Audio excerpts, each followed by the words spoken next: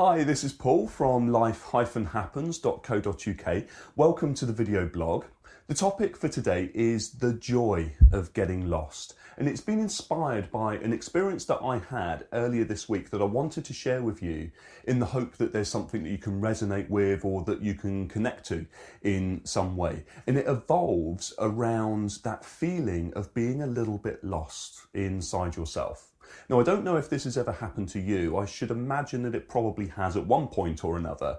But the other night, I had a bit of a sleepless one. Now, I don't know specifically what triggered it, but what I do know is that I lay in bed for hours with what I would describe as an uncomfortable feeling of feeling a little bit lost inside myself. Like somehow I wasn't quite on the path that I thought that I should be on, and I didn't quite know what to do about it. Now, this isn't something that happens to me a lot. It doesn't happen all the time.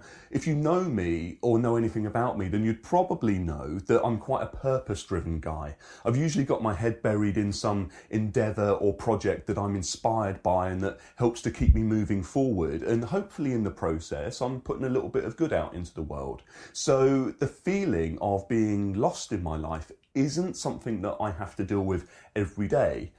Although every once in a while, I will experience what you might call a dark night of the soul.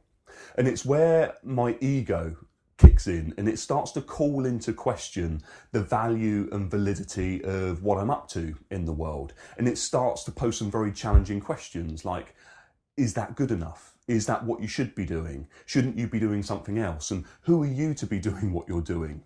Now, like I said, this isn't something that happens all the time, and I know that it's happened often enough, though, for me to recognise that it will just pass. If I let it be, it will just pass.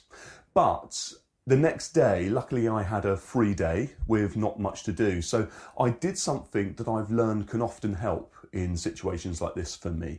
I jumped in the car and I went out for a drive in the countryside with the sole intention of getting lost physically and geographically.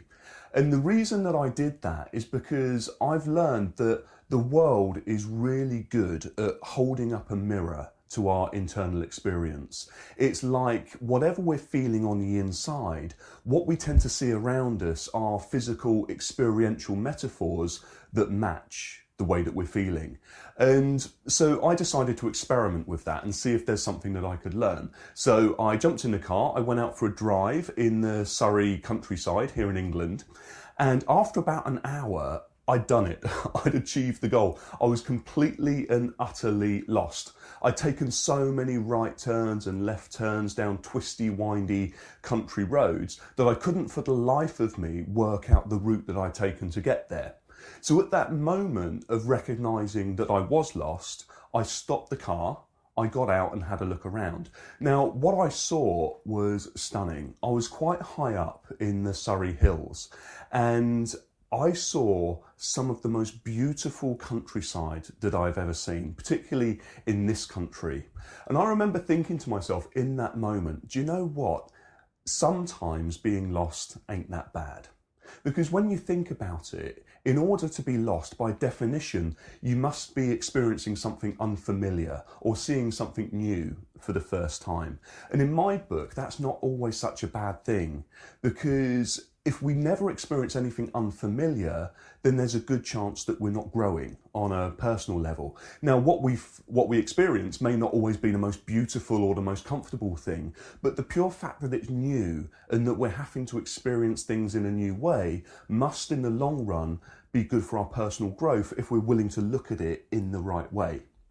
So, after I had a look around, I jumped back in the car and I continued the journey. Still didn't know where I was and still didn't know how I was going to get back. But after another hour, I came across a sign that was pointing towards something that again was very familiar to me. It was pointing towards the town in which I was born. Now, call me old-fashioned, but in that moment there was something very poignant and significant about it. Probably because I was in that mindset of looking for a metaphor. And here I was being pointed in the direction of the place where it all began for me. And I can't really explain why, but I experienced something just lift from me. And in that moment, I just knew what to do. And I decided just to drive back to my home in London. And because I knew where I went the quick and effective way. And on the drive back, I was really connected with a sense of what I'd call renewal and a reconnection to my innate well-being. So when I got back home, I was reflecting on the whole experience, and with that clarity that seemed to have returned, I was reminded of something that I believe to be quite truthful. And it's that feeling of being lost within ourselves, of being incomplete or not quite at home, is a perspective. It's a state of mind, but it's one that's based on a forgetting of the bigger truth about the way life really works, of who we really are in the world and of our true nature. And it usually has a lot to do with listening to the story that our egos have created about the way that life is supposed to work and of what a good life should look like and what we should be doing and what we shouldn't be doing. And when that story doesn't quite match up to the reality of how things actually are for us right now, we can get that sense of feeling a little bit lost. But also that feeling of being at home within ourselves, of being connected and of feeling complete, that's also a perspective and it's also a state of mind. But rather than it being based on a forgetting, it's based on a remembering of the bigger truth about the way life really works, of who we are and of our true nature. And it usually has very little to do with the story that our egos have created for us. If anything, it's our ability to look through the ego and to connect to something much bigger and more truthful. Now, because we're human, we're really good at forgetting stuff like that. So every once in a while, we're bound to get that feeling of being lost. But I'd like to encourage you from now on, rather than being scared of getting lost, is to embrace it and to look in the right direction to see what it might be teaching you about what you may have forgotten about the real truth of life. You see, the alternative is if you're scared about getting lost, then the chances are that you'll organise your life in such a way that you'll never want to leave the confines of familiarity, which can be okay for a while, but in the long term, isn't that great for your sense of personal growth. So just in the same way that when we go out there and get lost in the real world, we can either be scared of that or we can embrace it. And if you want to embrace it, the best way of doing that is to change your definition of home. If you take the entire world and include that in your definition of home, if you take the entire universe, which is the real source of where it all began for each of us, and include that within your definition of home, then no matter where you go, you can never be lost. As long as you can feel the earth beneath your feet and the air on your skin, you can only ever be home.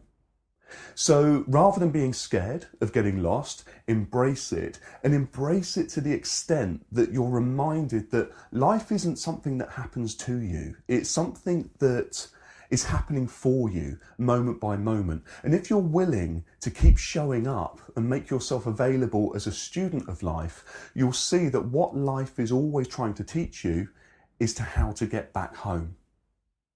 So I hope you found that inspiring or useful, or that you can connect to that in some way. If you have, then please drop a comment in the box down below, or if you're watching this on YouTube, please give the video a like. But until next time, as always, you have my very best wishes. Please take great care of yourself. Goodbye for now.